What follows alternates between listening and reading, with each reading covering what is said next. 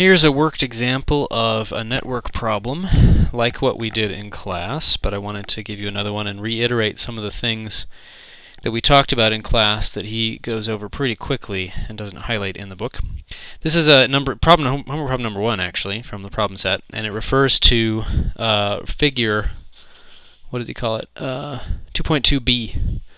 And so if you're ambitious, actually, you should try to do that problem yourself before you watch the rest of this video. But I'm going to work it out in a reasonably explicit way. I don't think I'm going to actually go ahead and nail down the solution because I don't think that'll fit in 10 minutes. So we've got this kind of circuit. There are 6 junctions. 2 of them are labeled, specially labeled A and B, because they're the external nodes or external junctions of the circuit. And then there's J1, J2, J3, J4. And there's other ways to approach circuits, which are very interesting. There's probably more we'll say eventually about them. But the way we look at them is we want to find the voltages on these nodes. Now, these nodes are set at a fixed voltage. And remember, voltage means that's how much energy an electron has just by virtue of sitting at a particular place. And current tends to flow from high voltage to low voltage. And so all in all, we expect current to flow probably from A to B, but in a complicated way because there's different ways the current can flow through here. And another thing I mentioned about that's not at all obvious about this kind of problem is in order to maintain those voltages, there's going to have to be current flowing into A, and therefore, of course, out of A into J1 and J3, and out of B, and therefore, of course, from J2 and J4 into B. And you can't just say, I'm going to set this to be 10, set this to be 4, and just close these off and not have them connected to anything. If there's no place for the current to run, let's just look at it. If this is at 10 and this is at 4, the current is going to want to flow. It's going to make current flow from A to B. If current's flowing out of A towards B, it's got to be coming from somewhere. And if it's flowing into B from A, it's got to be going out somewhere.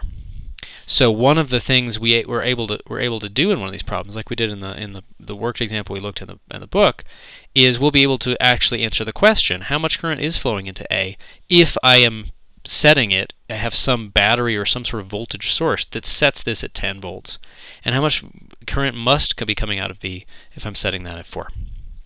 Let's see what else I want to mention in general first. Okay, then what we want to do is we're going to have 4 variables. The voltages at the 4 junctions. That's not the only things we want to worry about. We'd like to know what all the currents are in all of the possible segments or edges of this network. But it's going to turn out to be easier to get these variables first, and then we'll be able to get the currents if we want to. So the 2 main laws, once we've got that set up, the 2 main laws, remember from our discussion in the book, are Ohm's law. This applies to any particular wire, or we call it an edge often, sort of a mathematical word for it. And that relates a difference in voltages to the current, how much current is flowing through that wire. And so let's write all that information down all at once, just the Ohm's law information. And I'm going to label it by, like, each edge. I'm going to say this is A1, this is 1, 2, this is 2, 4. So Ohm's law says, for example, you can look for the general form in the book, but for edge A1, the current is going to be 1 over the resistance, because a bigger resistance means a smaller current, times the difference in voltages, VA, which is eventually going to be 10, but I'm just going to put it in general right now, minus V1.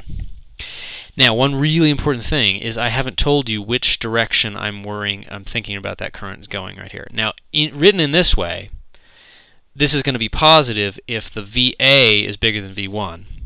So that if I write it this way and I don't switch it, that's going to have the convention that a positive current goes this way in this circuit, in this edge. Now, I am going to flip this half the time when we actually go to looking at each junction and looking and accounting for the current. So we could put a little asterisk there and then say we might end up flipping that to V1 minus VA. Okay, I'm not going to put that for everything because that applies to every single one in the whole problem. Okay, now let's just write down quickly A3. They're all going to be current equal, so I'm just going to write this down. 1/2 of VA minus V3. You can look at the book's picture. I don't want to keep putting it up. 1/2, 1 over the resistance 2, V1 minus V2. 1/3, that's a 1/3, not a B, sorry. 1/3, that's going to be 1 over 1 times V1 minus V3. And then from 2 to 3, it's going to be 1 over 1 again. I'm not going to write that. V2 minus V3. From 2 to 4, it's going to be V2 minus V4. From 3 to 4, you don't have to write this out quite as systematically as I'm doing once you get the hang of these things, but it's good to think about the pattern. 1 over 2, we're back to resistance 2 over here. VB, of course, is going to be 4 eventually. It's not really a variable, but I'm trying to make it a little general here. And finally, B4, that current is going to be plus or minus this quantity, depending on how we're accounting that current in each part. Okay? So, let's see if I actually... Oh, that fits on the page. How nice. Okay, so how are we going to use that information? Might be a little weird. We wanted voltages, and all I did was introduce a new concept, current, and wrote down a bunch of formulas for currents. And this looks like a mess. This looks like hell. This is progress. Well, that's where we bring in the other big law, which is called Kirchhoff's, German guy, current law. There's a voltage law as well, but we've already kind of accounted for that automatically in what we're doing. We might talk about the voltage law as a separate entity eventually. Okay, and that says for each junction, we just recognize that's just a tiny little dollop of solder that's connecting wires together. There's no place for electrons to accumulate there. And even if there were a big chunk of something, electrons hate accumulating with each other unless you force them to. And so whatever comes in must go out. Well, a little more symmetric way to say that is, let's flip this guy and say there's a certain current going out there. Oh, it might be negative, which means going in, but we'll figure that out eventually. There's a certain current going out there. Might be negative if it happens to be going in. And there's a certain current going out this way. Might be negative. The sum of all those three has to be 0. That's another way of saying what goes in has to go out. Worthwhile thinking about if that doesn't convince you immediately.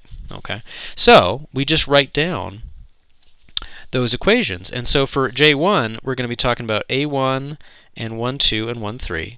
We're just going to sum those up, and they're going to sum to 0. Well, now this is where we have to flip. Okay, so the current going from 1 to A, that would be V1 minus VA, because that would be what would be positive if 1 were at a higher voltage than VA. And then, what's the other one? Plus V1 minus V3 plus, I better finish this up quickly, V1 minus V2 equals 0. That's at J1. J2 is going to be 1/2 V2 minus V1 plus V2 minus V3 plus V2 minus V4 equals 0. J3, getting close here, 1/2 V3 minus VA plus, oh whoops, I forgot for J2, there's another one in here, I forgot, plus 1/2 V2 minus VB. Very sorry, there's 4 things for that one. And J3 is, I'll just finish this one and you'll get the idea, because I gotta stop because YouTube's gonna cut me off.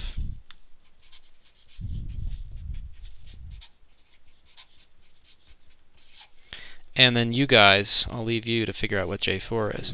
And then you solve those. with our usual methods of linear algebra.